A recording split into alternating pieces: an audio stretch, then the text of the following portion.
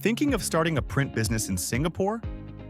With strong demand for commercial printing, packaging, and customized products, the printing industry continues to offer solid business opportunities.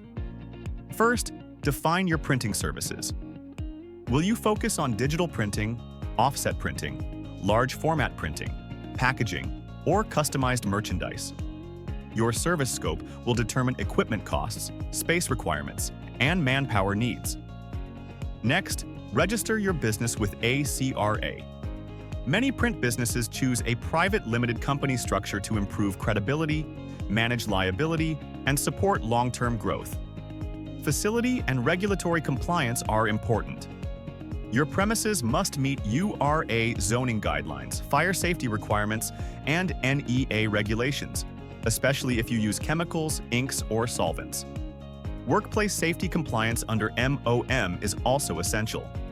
You'll need reliable suppliers, quality control processes, and efficient production workflows to stay competitive on pricing and turnaround time. Finally, put proper accounting, tax compliance, and cost management systems in place. At 3E Accounting Singapore, we help print businesses with company incorporation, compliance advisory, and ongoing accounting and tax services. Visit our website to start your print business in Singapore with confidence.